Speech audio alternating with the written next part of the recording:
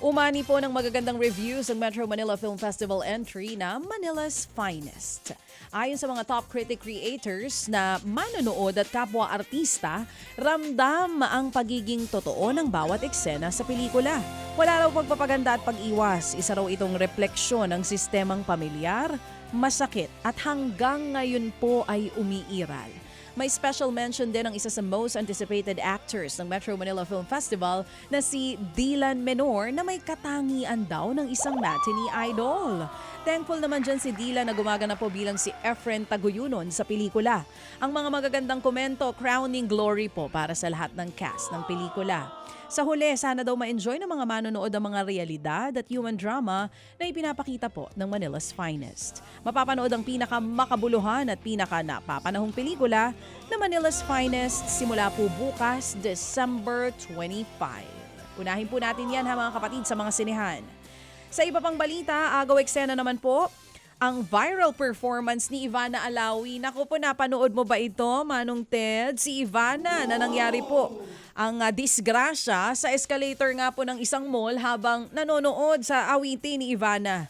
Kumakanta nga po si Ivana ng multo ng Cup of Joe nang biglang nahulog ang ilang audience sa escalator. Hindi ba si Gillian? Sino yung nahulog? Pero tila hindi napansin ni Ivana ang kaguluhan kaya kahit may nahulog na, tuloy sa pagkanta si Ivana. Event po yan para sa Metro Manila Film entry na Shake, Rattle and Roll.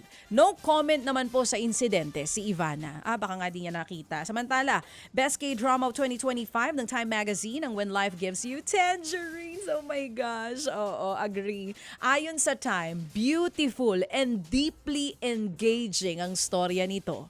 Relatable din daw tungkol ang K-drama sa mga pinagdaanang pagsubok sa buhay at pagmamahala ng mag-asawang ginampanan ni Ayu at Park Bo-gum.